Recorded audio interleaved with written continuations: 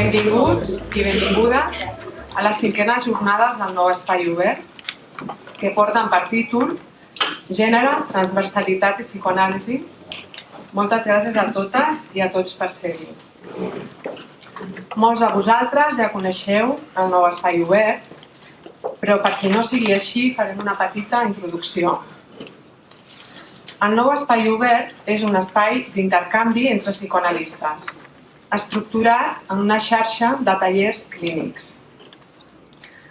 Els tallers són l'espai obert on poder repensar la clínica i la pràctica de la psicoanàlisi real a l'actualitat. També s'organitzen jornades on es comparteix la feina realitzada als tallers i, com avui, jornades sobre temes que ens semblen interessants. Hi ha dues característiques del NEO, que és com l'anomenem col·loquialment, que ens sembla important destacar avui. Una, el seu caràcter de gratuïtat. Ningú cobra, ningú paga a les nostres activitats. Els ponents d'avui, que excepte l'Adolfo Berenstein no pertanyen a la comunitat NEO, han acceptat amb total generositat aquesta condició. Moltíssimes gràcies a la Rosa, al Miquel i al Pol. L'altra característica que ens agradaria subratllar del NEO és la condició d'obert. És un espai on professionals amb diferents posicionaments teòrics i escoltes poden intercanviar i pensar lliurement sobre la seva pràctica clínica, sempre des del màxim respecte. Podemos decir que hoy el espai obert es, si cabe, más abierto que nunca. Hoy se abre para escuchar también a ponentes que vienen del campo de la medicina, de la sociología, el estudio de la teoría de género, el activismo, expertos ponentes, valientes en sus trayectorias vitales y posicionamientos. Hoy, el nuevo espai obert es más abierto por las cuestiones que nos plantean la temática que vamos a tratar. Por mencionar tan solo algunas posibles preguntas. ¿Puede el psicoanálisis construir una escucha no patologizante sobre la transexualidad? Dado que para el psicoanálisis cualquier manifestación humana es analizable y supone un potencial interrogante, ¿cómo conceptualizamos lo trans entonces? ¿Está en cuestión el esencialismo de la diferencia sexual? ¿Se están borrando las férreas fronteras que marcan el binarismo de género? ¿Es realmente la diferencia sexual un hecho más definitorio en la construcción del sujeto que, por ejemplo, la diferencia racial o étnica? No voy a extenderme más, comentaros tan solo que habrán 2 bloques de intervenciones con una pausa hacia las 11:30 de un cuarto de hora y que al final tendremos un amplio espacio para el debate. En primer lugar, vamos a escuchar a Adolfo Berenstein con la ponencia Una mirada crítica a la teoría bisexual. Muchos y muchas lo conocéis, es un analista poco ortodoxo, esto lo digo como un piropo, y de largo recorrido, miembro de la comisión del NEO, miembro del Comité Científico de la Asociación Trama y Fondo, vicepresidente de la Asociación CEFRONS. Ha dictado seminarios sobre la melancolía, las pasiones y la sexualidad. Autor del libro Repetición y vida sexual y numerosos artículos psicoanalíticos.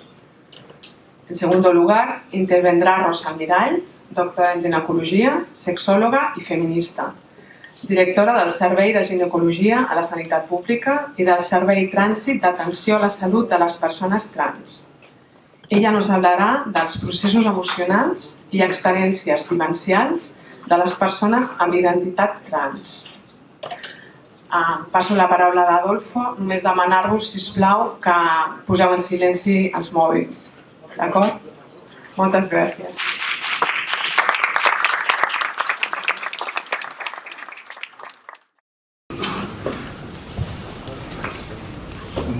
Buenos días a todos. ¿Se escucha bien?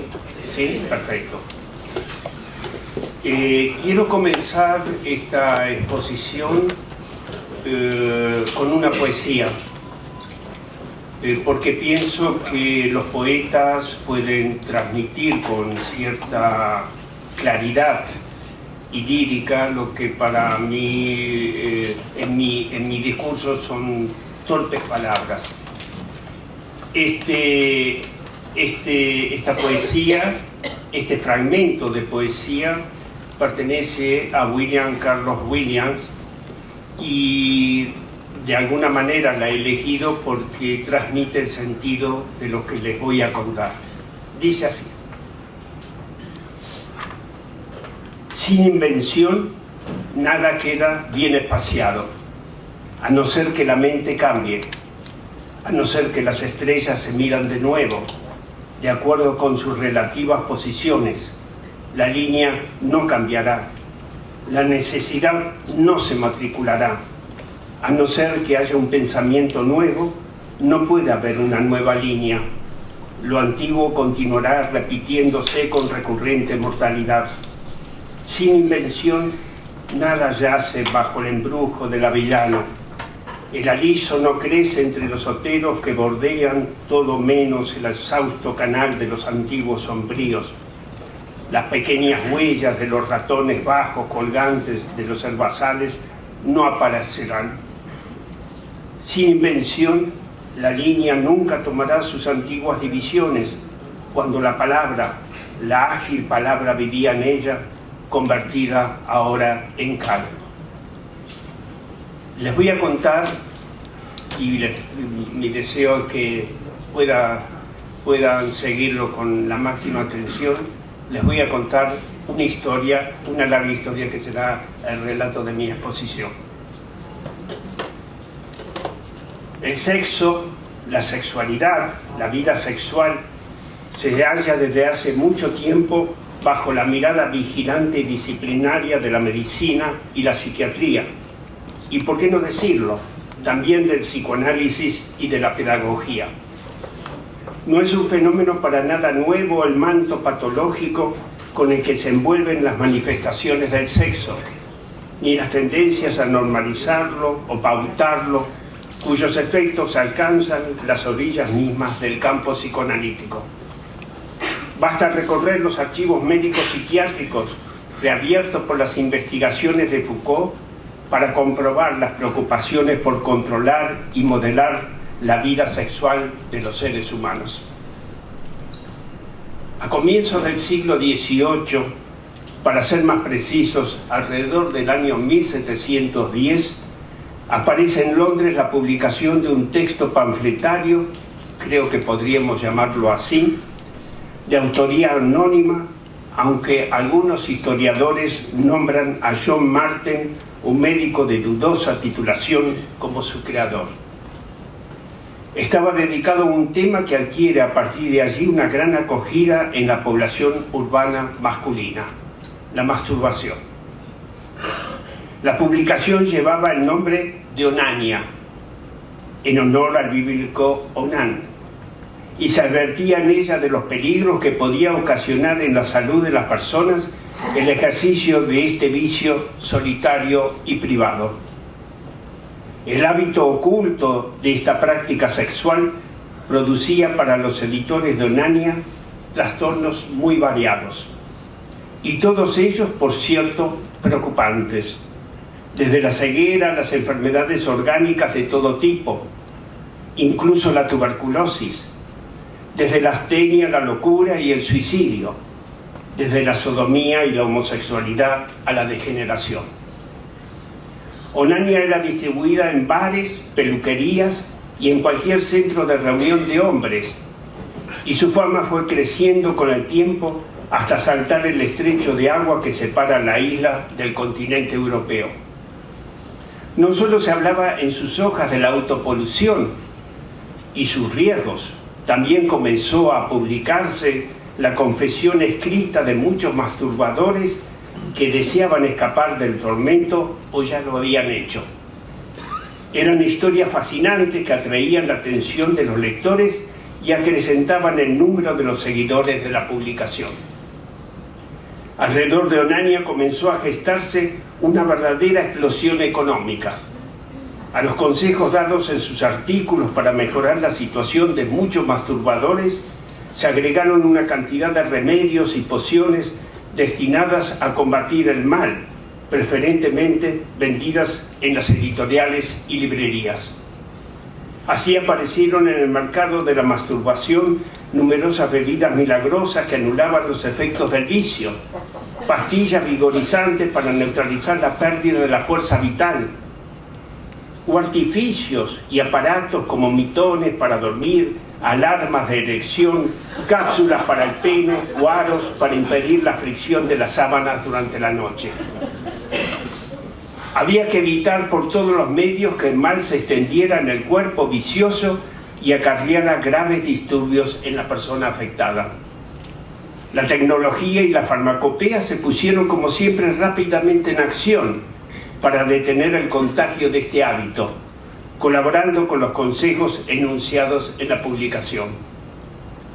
El ejercicio libre de la sexualidad comenzaba así a ser moldeado y configurado por una tecnología que luchaba contra los malos hábitos.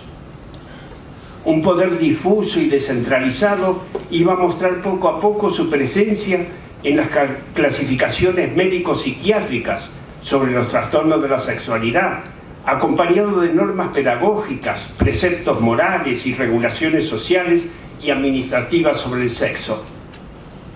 Comenzaron las medidas profilácticas para preservar a los niños y adolescentes de esta práctica nociva y sus consecuencias negativas en la capacidad reproductiva de cada individuo y de la sociedad.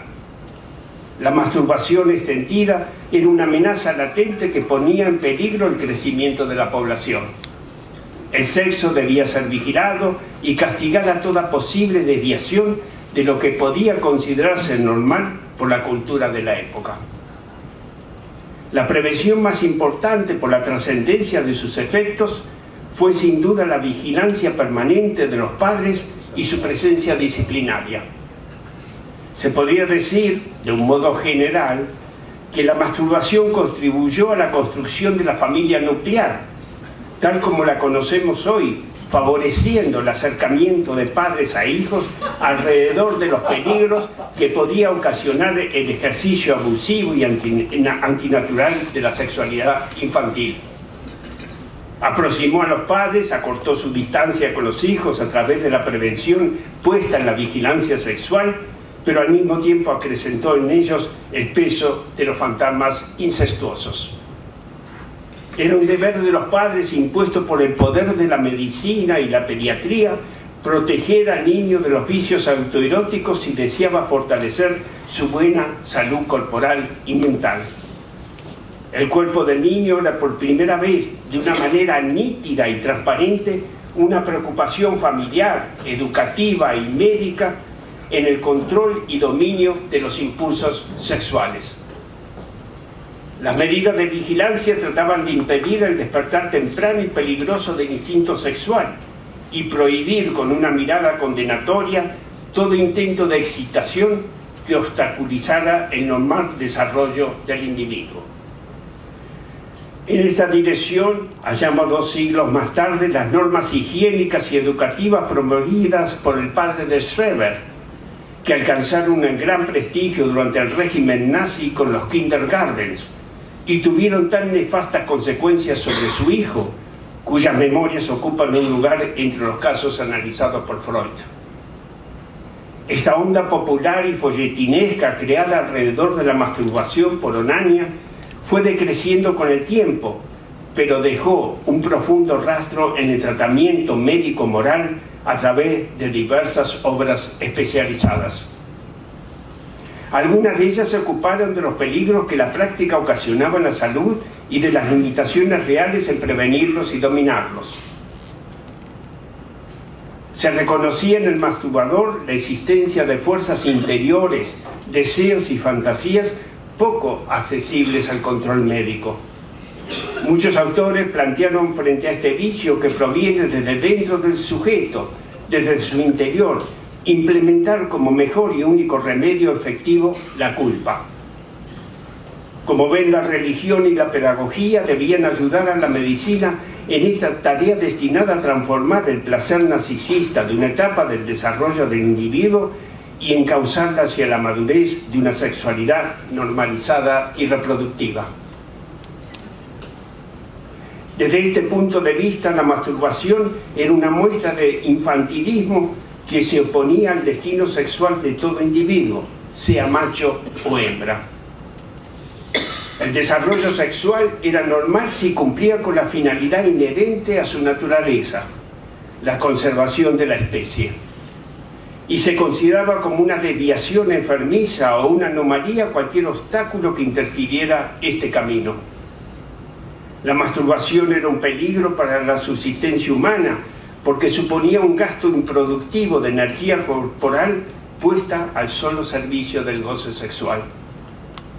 Una nueva preocupación apareció en la escena: el control de la natalidad. Se abrió así un debate entre los que proponían esta práctica para evitar el crecimiento desproporcionado de la población y los que consideraban moralmente incorrecto alentar una sexualidad no reproductiva. Los tratamientos hormonales juntos a otros dispositivos tecnológicos tendrán más tarde su palabra sobre este tema al favorecer la reproducción o liberar la capacidad de goce sexual de los cuerpos. Nos hallamos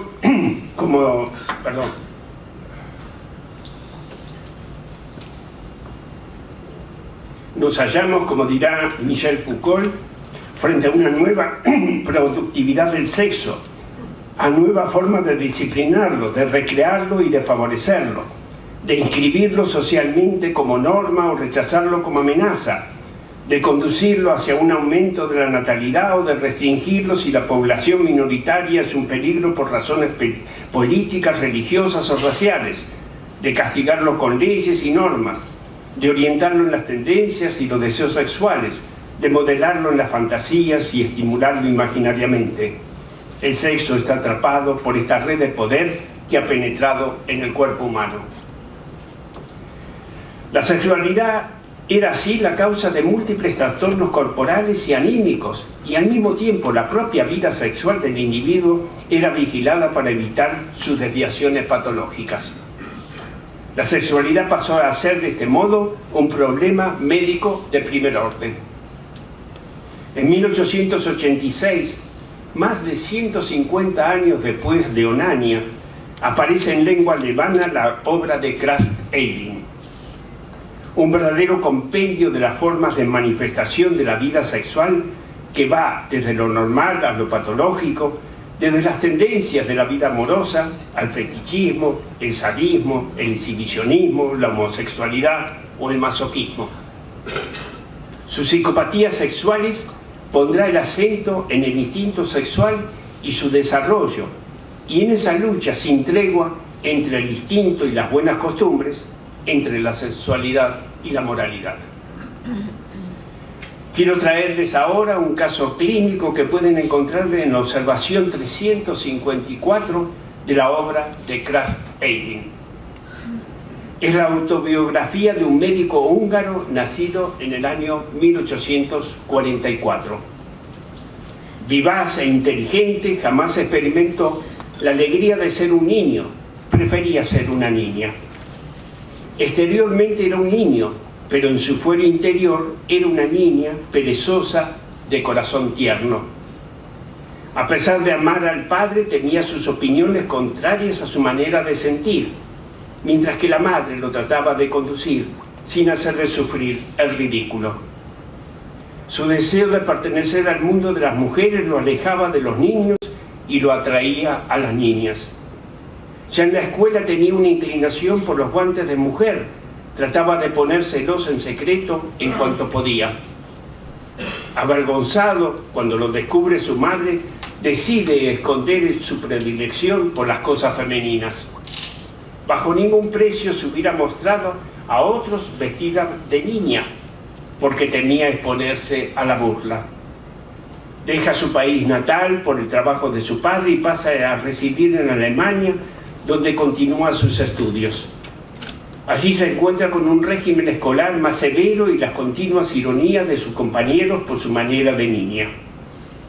Fue púber hasta los 13 años, pero su figura permanecía femenina hasta los 18 años.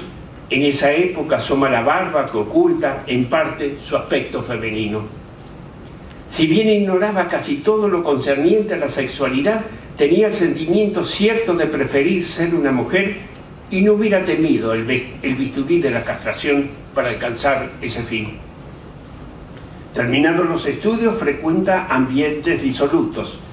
Bebe mucha cerveza, fuma hachís, hasta sentirse envenenado y practica la masturbación con frecuencia.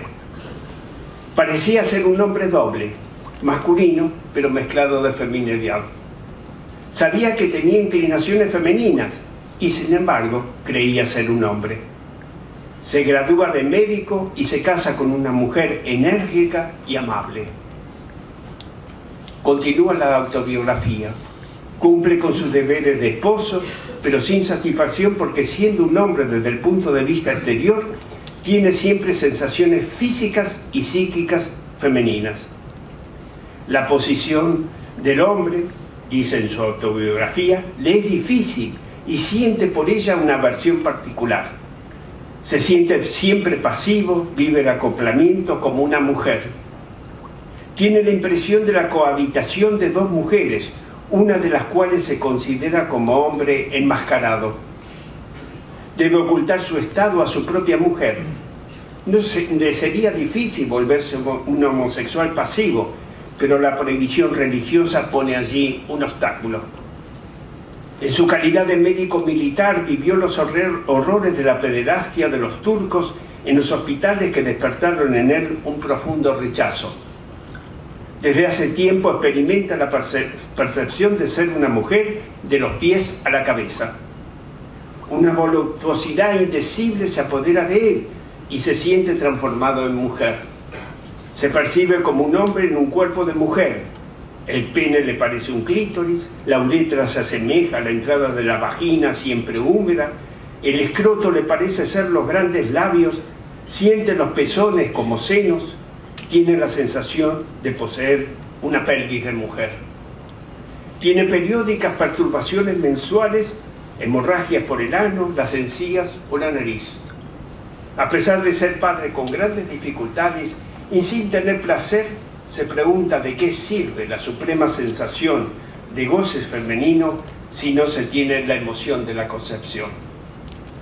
La feminidad que se ha implantado exige ser reconocida y, como no puede salir travestido a la calle, se contenta con una pequeña concesión. Lleva un brazalete detrás de la manga. Según sus propias apreciaciones, no se consideraba un homosexual porque sus preceptos morales y religiosos se lo impedían. Tampoco se consideraba un travesti a pesar de sus gustos por las ropas femeninas, porque el pudor no le permitía salir vestido así a la calle. El empuje voluptuoso y arrebatador de su goce femenino le acarrea evidentes efectos trans que no borra su certeza de ser un hombre. Casi con toda seguridad, este joven húngaro le esperaba en nuestros días dos posibles alternativas: ser tratado como un perverso o un psicótico, o responder a las demandas creadas por el propio aparato médico para normalizar su anomalía sexual, es decir, someterlo a un protocolo endocrino quirúrgico destinado a la cura de la enfermedad y de este modo reintroducirlo dentro del eje binario hombre-mujer. Haré ahora un salto acrobático. Me aproximaré a las novedosas concepciones de Freud sobre la vida sexual y a ciertas corrientes de pensamiento todavía vigentes dentro del campo psicoanalítico que mantienen, a pesar de la apariencia, esa mirada de sospecha patológica sobre cualquier forma sexual que se aparte del eje heteronormativo. Freud se encuentra, por lo dicho anteriormente, con un territorio ya abonado donde germinarán muchas de sus ideas a contracorriente del poder médico. El primer nicho lo halla en la vida cotidiana de la familia nuclear y las preocupaciones en el control de la vida sexual de los niños. Con una sexualidad que, de no ser vigilada, puede ocasionar graves enfermedades y que ella misma es proclive, como ya se ha dicho, de ser patológica cuando se desvía de su senda natural destinada a la procreación y a la conservación de la especie.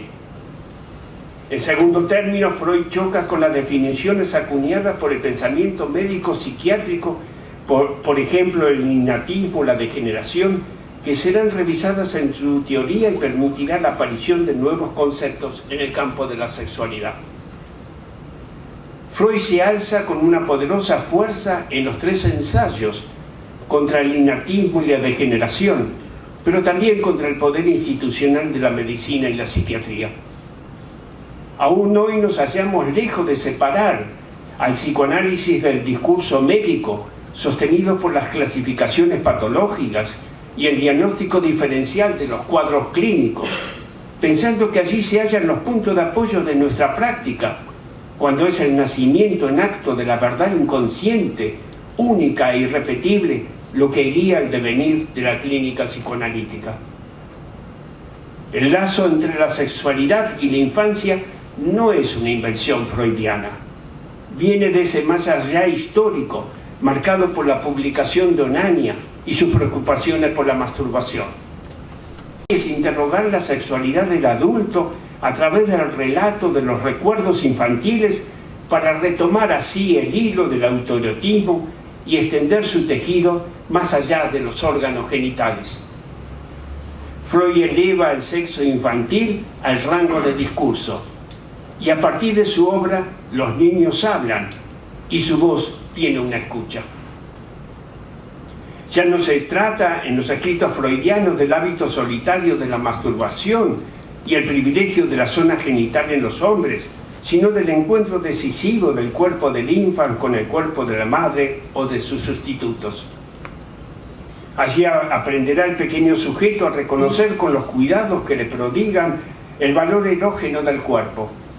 El autoerotismo se expande a otras zonas que adquieren su pleno reconocimiento dentro del psicoanálisis y a su teoría bien se le puede otorgar, sin temor a equivocarnos, el título de ciencia del erotismo.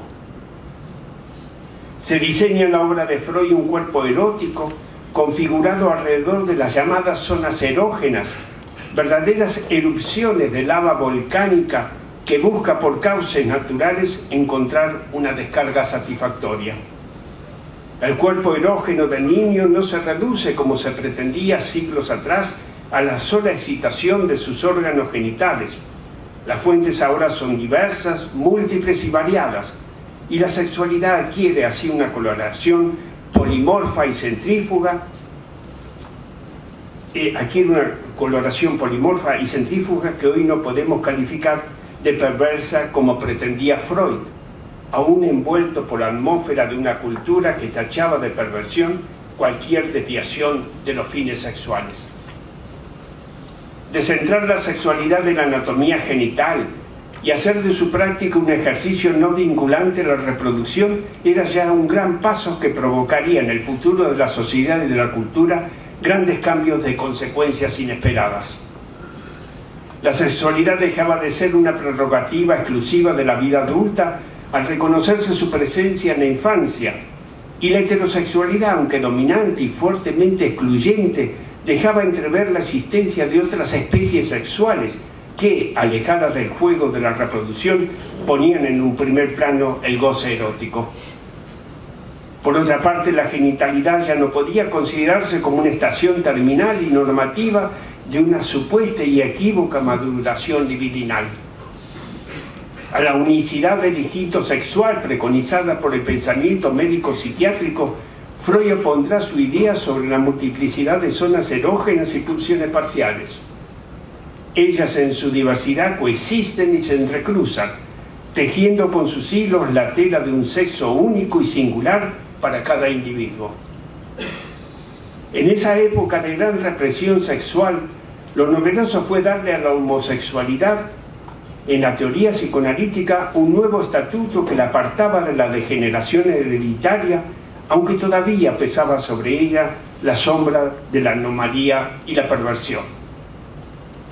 Los desarrollos freudianos poseen algunas veces ese tinte tímido y cauteloso, pero tienen esa carga de gran calado que agita las aguas más profundas de la vida social.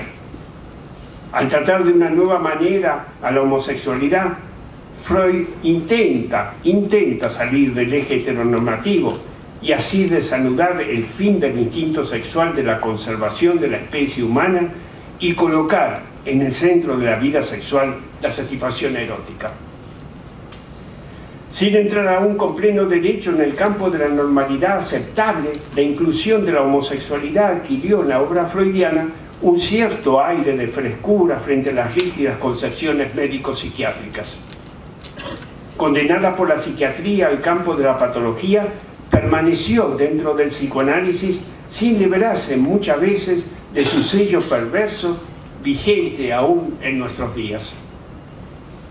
En síntesis, el Freud de los 3 ensayos ensancha las zonas autoeróticas más allá de los órganos genitales, cubre el cuerpo biológico de una pátina de líbido y lo hace sensible a las excitaciones y convierte a la sexualidad en una compleja construcción de múltiples tonalidades sin ponerla al servicio exclusivo de la reproducción. Para la medicina, dentro de la partición binaria de los sexos, el ser humano no puede ser más que hombre o mujer. Una diferencia sustentada sobre bases anatómicas, fisiológicas y genéticas. Se definen así los campos sexuales con sus caracteres y su necesaria complementariedad en la reproducción y la conservación de la especie. Desde esta perspectiva, en los sujetos considerados normales, entre comillas, debe existir una correspondencia unívoca entre su psiquismo y su anatomía, y si no lo hay, algo falla. Dicho de otro modo, para que se entienda el sentido de mis palabras, el trans padece de esa falta de correspondencia que atañe a su identidad sexual y a su construcción subjetiva, lo que lo coloca fuera de la normalidad.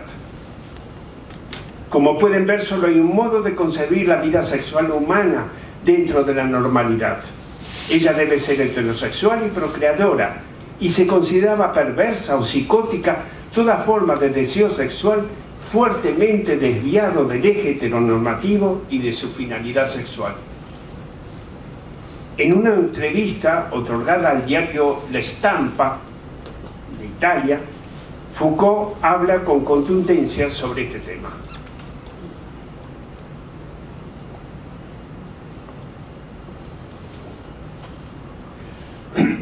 Dice, en la civilización moderna se exige una correspondencia rigurosa entre el sexo anatómico, el sexo jurídico y el sexo social.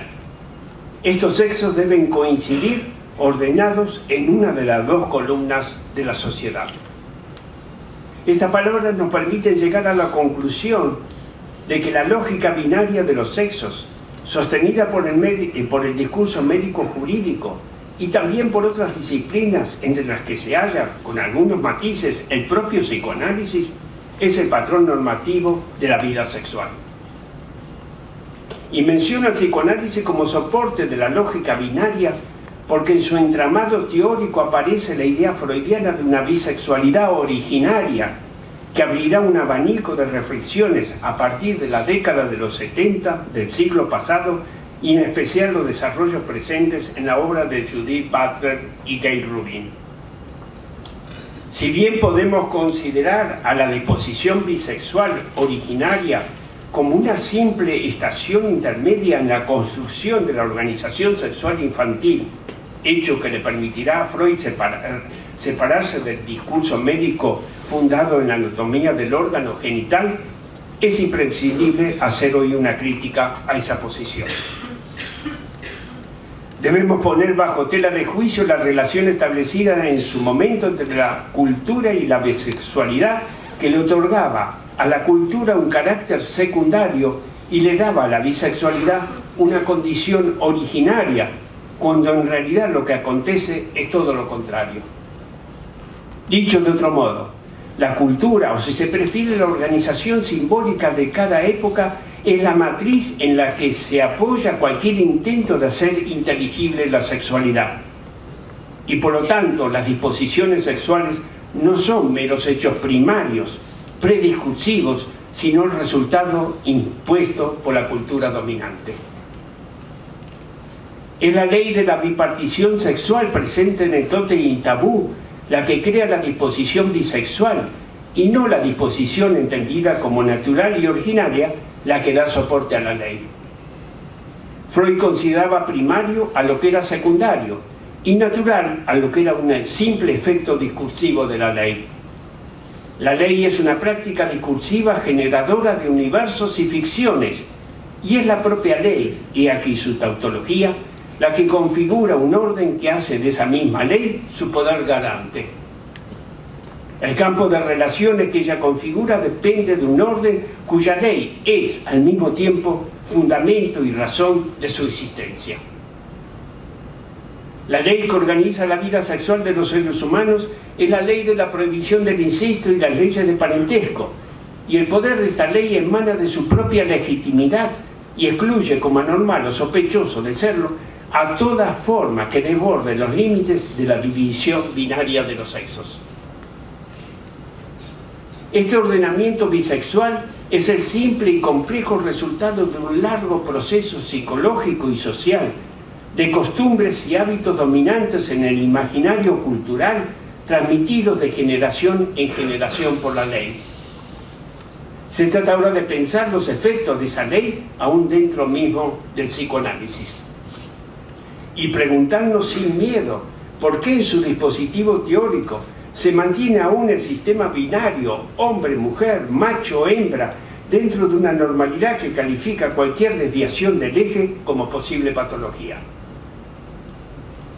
Dicho de otro modo, esta ley solo es vigente dentro de un campo que ella misma funda y organiza, como acontece con la mecánica de Newton, pero sin dar cuenta de otros fenómenos que escapan del sistema y hacen necesaria, como la física cuántica, nuevas construcciones teóricas. Llegados a este punto, debemos aproximarnos con la máxima cautela al complejo de Edipo, o como se lo llame en el futuro, sabiendo que al hablar de él nos remitimos a los lugares y las funciones que ocupan los agentes. Al hacerlo tratamos de reflexionar sobre su trama para descifrar la cartografía que traza el deseo humano en ese laberinto y que conducirá al sujeto a una salida sexual de compromiso. Sí, de compromiso, porque el destino sexual del sujeto es también una formación del inconsciente. No hay una sola manera de atravesar ese territorio dominado por el encuentro de deseos, pero cada uno de esos modos llevarán al sujeto a hallar una solución particular del enigma. Soluciones todas válidas y diferentes, pero al mismo tiempo frágiles e inestables. Por todo lo dicho anteriormente, no se puede considerar como únicas y exclusivas salidas normales del Edipo a lo masculino o lo femenino, ni se puede sostener que ellas son la realización de unas condiciones innatas o biológicas. Son el simple resultado de una solución, probable entre otras, y todas de igual estatuto en sus múltiples diferencias, sin que ninguna de ellas posea un derecho privilegiado sobre las demás. No hay centro de supuesta normalidad en lo masculino y lo femenino, y una existencia marginal y patológica para los otros sexos. Cada sujeto asume en su vida una posición sexual diferente, solamente válida para él dadas las circunstancias de su historia individual, sin ejes ni desviaciones o caminos secundarios. La idea de una identidad normativa e inmutable incluye en su interior un procedimiento de exclusión y de rechazo a lo diferente, aquello que por no ser semejante recibe el repudio. Reconozcamos aquí el germen mismo del pensamiento paranoico. A través del Edipo, la cultura interviene sobre el cuerpo sexual, polimorfo para hacer de él, por un tour de force, una representación teatral socialmente definida, una construcción discursiva, política y tecnológica. La sexualidad no es solo una cuestión psicológica, es también, por sobre todas las cosas, una cuestión política. La heterosexualidad es el eje normativo sobre el que giran las diferencias sexuales y las políticas de hegemonía social. Regula los dispositivos institucionales y las leyes de funcionamiento, y todo se organiza, como es de suponer, al servicio de los intereses de un sexo considerado natural y jerárquicamente superior. Y también hay que decirlo, el sexo es una cuestión económica. Es la propia Gail Rubin la que nos trae sus observaciones sobre el fetichismo y el sadomasoquismo en la producción moderna del cuerpo y su relación con los objetos manufacturados. La autora concibe las prácticas sexuales en el marco de un complejo dispositivo de tecnologías en la producción material de objetos de consumo. El atractivo sexual provocado por los coches y las motos y el rugido de sus motores, la transformación de las materias primas y la producción del caucho o el cuero de las vestimentas, o el valor erótico de las medias de seda y también toda la maquinaria económica puesta en juego en la industria erótica dentro de las redes sociales. El sexo es entonces un producto construido, no es un dato inmediato, un dato sensible, un dato fisonómico o biológico. Y si consideramos al género como una interpretación cultural compleja y múltiple del sexo, se puede entender la profunda relación que existe entre ambos términos. Dicho de otro modo, el género interviene en la construcción del sexo desde una perspectiva transsubjetiva, relacional y simbólica.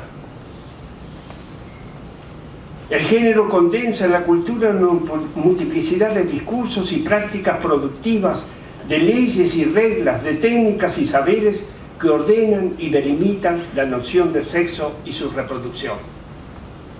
Más aún, la idea de la construcción del sexo impone como correlato la de un cuerpo también construido culturalmente por las inscripciones en su superficie, al modo de tatuajes, de los discursos y de las prácticas dominantes en la sociedad. El género se presenta así ante nuestros ojos como una narración de las prácticas políticas y tecnológicas comprometidas en la fabricación de cuerpos sexuales. Pero este cuerpo sexual no puede ser considerado como un receptor pasivo de los discursos culturales marcados en su carne. Es también un cuerpo activo.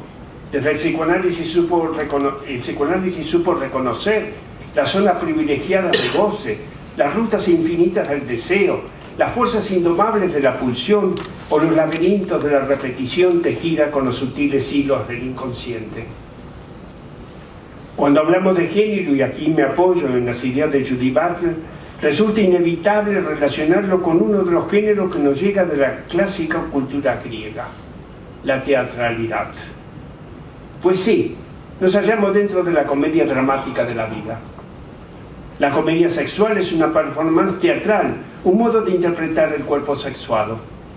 Una puesta en escena, un acto burlesco ejecutado con mucha gracia y finura por el travesti o el drag queen, denunciando con su disfraz la máscara de la identidad sexual.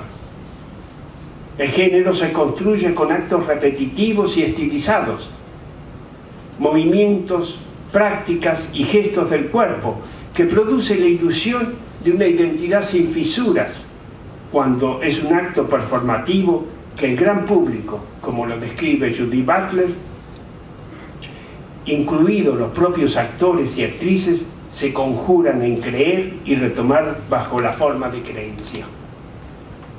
Sin embargo, una de las construcciones sexuales que más nos interpela, entre otras, me refiero a la intersexualidad, pondrá en duda esta identidad sexual sin fisuras y fuertemente congelada, riéndose de nuestras propias ridículas creencias al mostrar la ambigüedad opaca del sexo. En clara oposición a estas ideas se alzan algunas voces dentro del psicoanálisis que a través de un discurso aparentemente sin fisuras denuncian a la antropología social norteamericana desconocedora del falo simbólico tal como lo definiera Lacan, de justificar con la noción de género el rechazo a la bipartición sexual entre hombre y mujer. El término género permitirá, según esas opiniones, atenuar el carácter radical de la bipartición sexual mediante la borradura de la noción de sexo. Para esta corriente de psicoanalistas, el discurso propio del transexualismo va en una dirección de rechazo creciente de la diferencia de los sexos, arraigado en una bipartición anatómica de la especie humana. La certeza de ser un hombre o una mujer es lo que le falta al transexual, que padece entonces de un fallo simbólico que lo coloca fuera del sexo. En su rechazo de una elección sexual gobernada por lo simbólico, entiéndase aquí el nombre del padre, el transexual nos remite a la fragilidad del imaginario.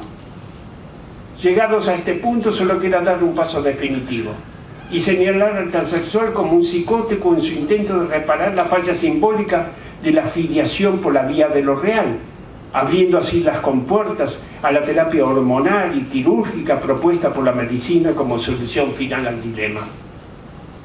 Y como conclusión a sus razonamientos, estos psicoanalistas retan, y lo transcribo a la letra, a quienes impugnen la naturaleza psicótica de la forclusión de la identidad sexual que presentan los sujetos transexuales. Responderemos entonces, y continúan diciendo, que justamente en todo psicótico y con la condición de examinarlo como se debe, podemos encontrar, ya sea durante episodios delirantes o al margen de ellos, la marca de esa falta de una identidad sexual inscrita en el inconsciente. En las sociedades occidentales se sigue trazando esa frontera imaginaria entre el sexo bueno y el sexo malo, como lo recuerda Gail Rubin. En el vértice de una pirámide dibujada por la autora se hallan los heterosexuales blancos reproductores casados. Luego ubica a los heterosexuales monógamos con posibilidades reproductoras. Más abajo, el sexo solitario flota en el limbo, mientras que las parejas estables de gay y lesbianas se hallan en el margen de la respetabilidad y la condescendencia, a veces hipócrita. Esto es así, pero con matices.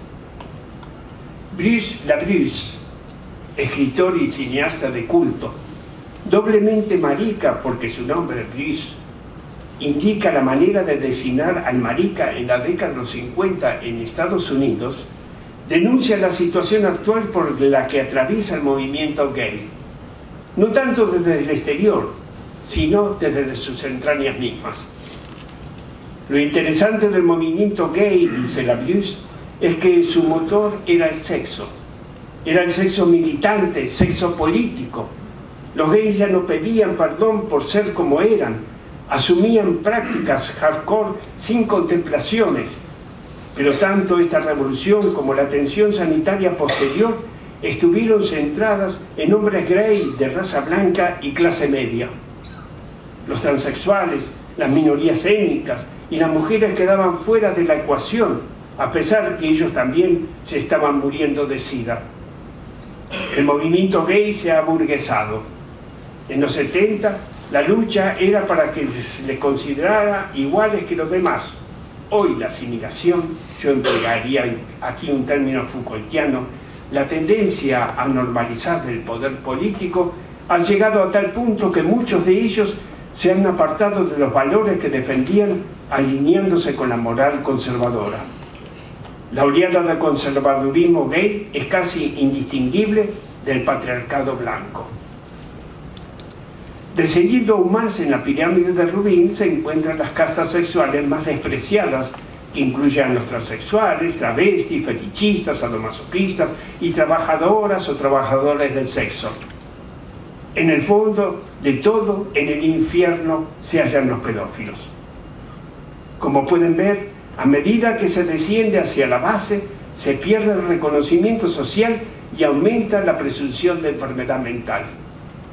Esto es así, aunque con matices de elegancia intelectual, también para ciertos psicoanalistas que esconden detrás de su apariencia liberal profunda reserva frente a todo aquello que pueda poner en tela de juicio la normatividad del eje hombre-mujer, masculino-femenino. En la teoría psicoanalítica se reconoce la función del falo y la operación de la castración y señala su carácter simbólico para evitar malos entendidos, como esenciales en la constitución del sujeto dentro de la lógica binaria de los sexos, y sus goces. Lo repito, funciones y operaciones articuladas bajo el dominio normativo de la lógica binaria de los sexos. Quizás debamos ahora pensar esta cuestión desde otra perspectiva diferente, para no deslizarnos por la pendiente que nos conduce a segregar o marginar a todas aquellas opciones sexuales que ponen en evidencia el carácter excluyente del eje heteronormativo. Ser transexual, homosexual o bisexual no puede dar pie para que algunos psicoanalistas sigan considerando estas formaciones sexuales como meras patologías con el fin de mantener el eje de la heterosexualidad y de la bipartición como plan organizador del campo sexual. Para que me entiendan, combinemos la pirámide de Rubin con los tres mecanismos fundamentales del sujeto frente a la ley y a la castración: la represión, el repudio o el rechazo. A medida que nos acercamos a la base del triángulo, más imperfecta se presenta la figura de los agentes. La función paterna se desvanece lentamente hasta casi desaparecer, mientras que la materna adquiere una hipertrofia desmesurada. Al mismo tiempo decrece el peso de lo simbólico y aumenta en la vida del sujeto el campo imaginario. Como en el Código Penal, la presunción de salud mental es menor a medida que se inicia el descenso desde la heterosexualidad normalizada a las formas más bajas de la escala. Y en la misma proporción, más desequilibrada aparecerá en la clínica la estructuración subjetiva, cuyas formas neuróticas serán un privilegio de las zonas altas, dejando su lugar a la locura y la psicosis para los sexos marginados.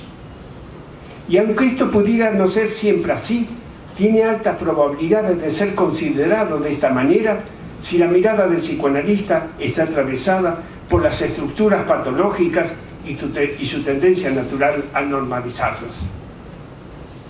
En esta clasificación de la zoología sexual hay especies protegidas y otras verdaderas plagas que deben ser, de un modo figurado, exterminadas, porque ponen en entredicho la normalidad y la pureza del eje heterosexual y sus goces. No se trata de borrar las diferencias, ni diluirlas en la indeterminación, tampoco cristalizarlas o cosificarlas en formas inmutables o perennes.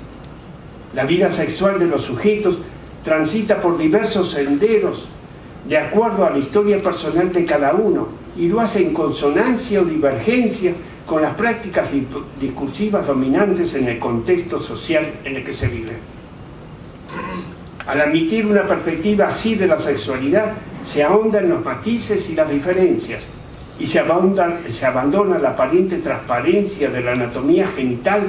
Al mismo tiempo se piensa la verdad del sexo en su profunda opacidad y se convierte su formulación teórica en un enigma de difícil resolución.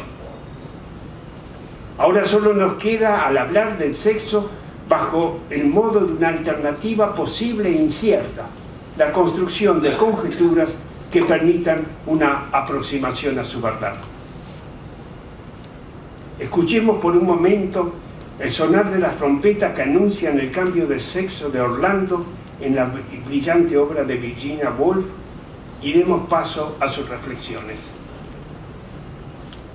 Los trajes no son otra cosa que símbolos de algo escondido muy adentro.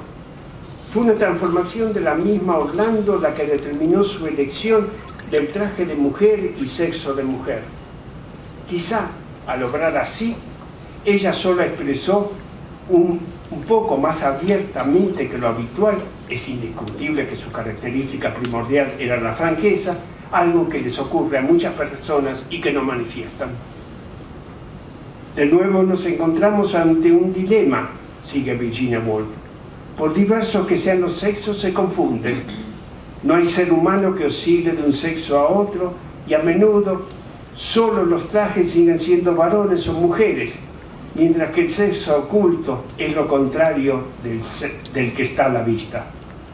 De las complicaciones y confusiones que se derivan, todos tenemos experiencia. Para terminar mi exposición, unas pocas palabras dedicadas al fenómeno trans.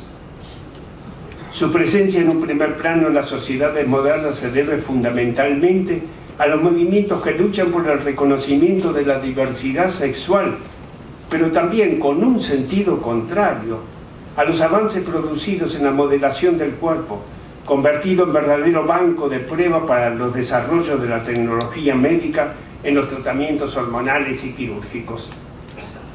El orden médico ha conquistado un indudable poder sobre el cuerpo humano y ha puesto los instrumentos de su saber al servicio de las demandas que ellos mismos han creado con las investigaciones desarrolladas.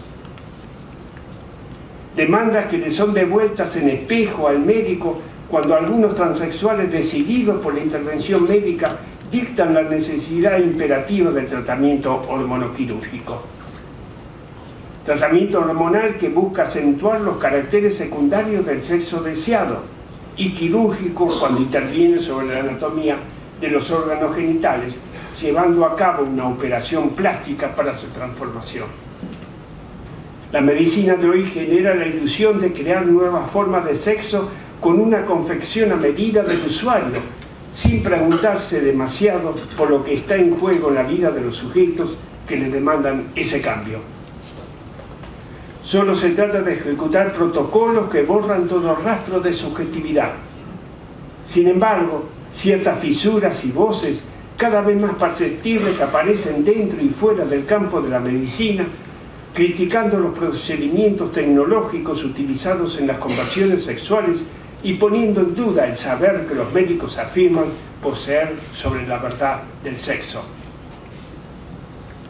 Como pueden ver, la transexualidad se halla todavía en gran parte bajo el dominio del poder de las técnicas propuestas por el saber médico y las administraciones públicas. Un saber que desnutre de toda vida al cuerpo humano, reducida a su simple biología genética y que hace del sexo una mera cuestión anatómica. Gracias.